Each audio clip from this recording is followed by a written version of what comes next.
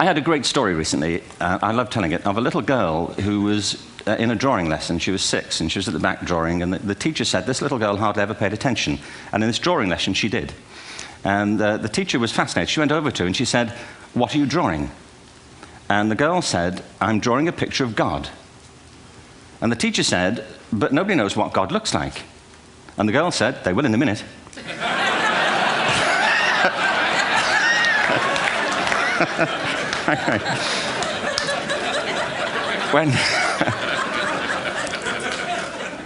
When my son was 4 in England, actually he was 4 everywhere, to be honest. I mean, if we're being strict about it, wherever he went, he was 4 that year. But he was in the Nativity play. Do you remember the story? No, it was big. It was a big story. Mel Gibson did the sequel. You may have seen it. I don't know. It was Nativity 2.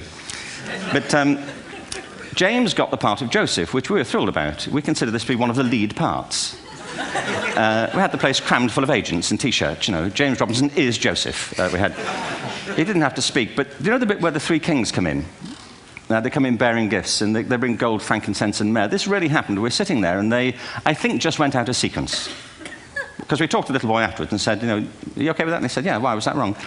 They just switched. I think that was it. Anyway, the 3 boys came in, little 4-year-olds with tea towels on their heads, and they put these boxes down. The first boy said, "I bring you gold." And the second boy said, "I bring you myrrh."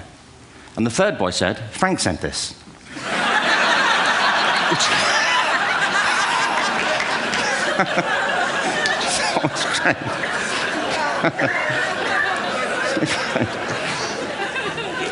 What these things have in common, you see, is that kids will take a chance. You know, if they don't know, they'll have a go. Am I right?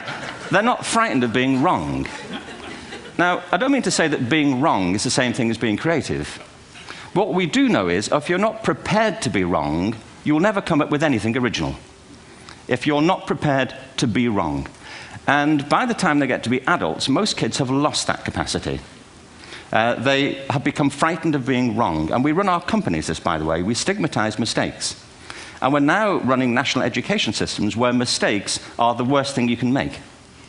And the result is that we are educating people out of their creative capacities. Picasso once said this. He said that all children are born artists. The problem is to remain an artist as we grow up. I believe this passionately, that we don't grow into creativity, we grow out of it.